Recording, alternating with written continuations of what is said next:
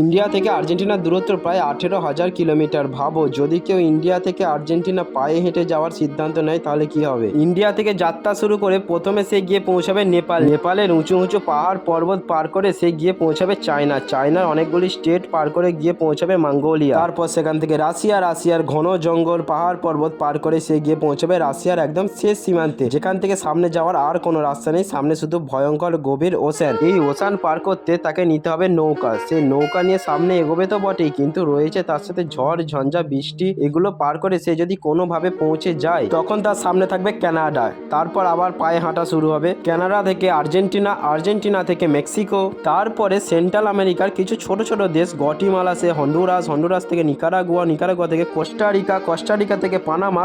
এখান থেকে রাস্তা একটু কঠিন হতে চলেছে, কারণ কলম্বিয়ার মাঝখানে দাঁড়ানো গ্যাপ, যেখানে আছে না রাস্তা না জলপথ। এখানে রয়েছে শুধু ঘন জঙ্গল আর কর্দমাক্ত মাটি আর জঙ্গলের জীবজন্তু। এটা পার করে নিলেই পৌঁছাবে পিরু। পিরু থেকে বলিভিয়া, বলিভিয়ার উঁচু উঁচু পাহাড় পর্বত পার করলেই রয়েছে সামনে তোমার ডেস্টিনেশন আর্জেন্টিনা। তোমরাও কি ইন্ডিয়া থেকে আর্জেন্টিনা হেঁটে যাওয়ার কথা ভেবেছো কখনো?